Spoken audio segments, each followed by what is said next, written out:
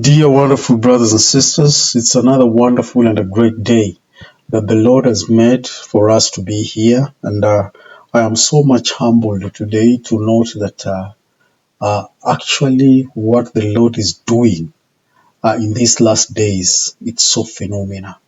And it's only those who are spiritually opened, whereby their spiritual eyes are open, they can be able to behold and see what exactly the Lord is doing in our last days.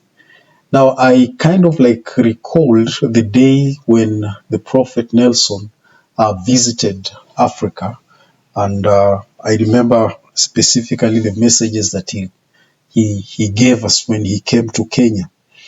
And he said that the temple had been announced, but the issue is before the temple comes, we need to be actually temple worthy. We need to be temple worthy before the temple itself is actually constructed. And I started reflecting, now that the temple is here, the temple is fully constructed and it was finally dedicated. What else? And I was driven back to the messages of the prophet and, memories of what the prophet did when he visited Africa actually came, and I came across this wonderful clip which I really wanted to share with you, so that we can actually have a look as to when the prophet visited Africa, what exactly really transpired, what were the experiences that really took place. And without further ado, I'll take this time to take you through so that you can come and behold and see what exactly the prophet really did when he visited Africa. Please welcome. The unique backdrop of Nairobi, Kenya's contrasting wilderness and modern skyline, was the setting of a historic meeting April 16th and a special visit. Mercy. Hello, Mercy.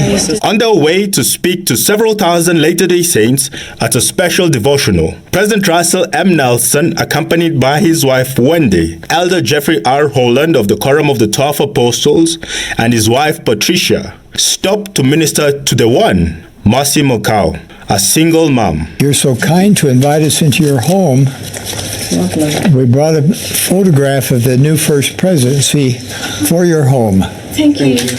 It's never occurred to me even in my wildest dream that I would be able to be even near the prophet. I'm thrilled. I'm happy. And what do you ask a prophet of God? Ask him just to bless our country. President Nelson has ministered to the people of Kenya and to other African countries for more than 3 decades as an apostle of Jesus Christ. But on this, the third leg of the global ministry tour, it's the first time he's visited an African nation as the president and prophet of the Church of Jesus Christ of Latter-day Saints and to all the world. No, today is a great day to have the prophet be with us. Most of the time we just see him in pictures, but this time is to see him face to face. Hundreds of Latter-day Saints made the journey to the Bomas of Kenya Cultural Center to hear the voice of the new prophet. Our message to the world is that Jesus is the Christ and that his way of life is the way of joy, happiness, not only in this life, but in the life ahead. Some travel 16 hours from as far away as Uganda. It feels like a very big blessing to Africa, and that's what made us came straight away from Uganda to Kenya. We made this sacrifice just to come and see the servant of the Lord. Elder Holland admonished faithful members to get temple recommends, even as they anticipate the building of a temple in Nairobi that was announced a year ago. It says something to heaven and it says something on earth about who you are as a Latter-day Saint if you have that certification. President Nelson concluded by offering an apostolic blessing to the people of Kenya with Elder Holland by his side. We invoke a blessing upon you, our beloved brothers and sisters in this congregation and your loved ones, that you will feast upon the words of Jesus Christ and apply his teachings into your own lives. That you'll be good examples to your friends and relatives, your neighbors. We bless you with health and strength. And should there be illness among you, we invoke a blessing of healing and health consistent with the will of the Lord and the faith of the people.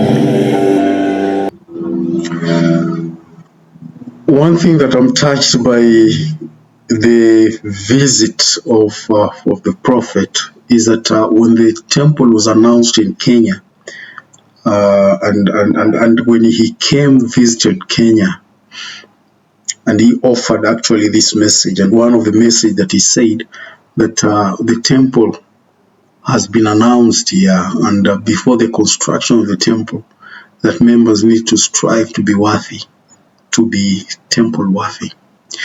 And at that time, God works in mysterious ways. God really worked in mysterious ways, because nobody had even an idea who will be the next temple. Like, if the temple will be there, who will be the next temple president? And looking at this video, it brought about memories. One of the greatest thing that is so special to me, it is actually seeing now the current temple president of the Nairobi, Kenya temple.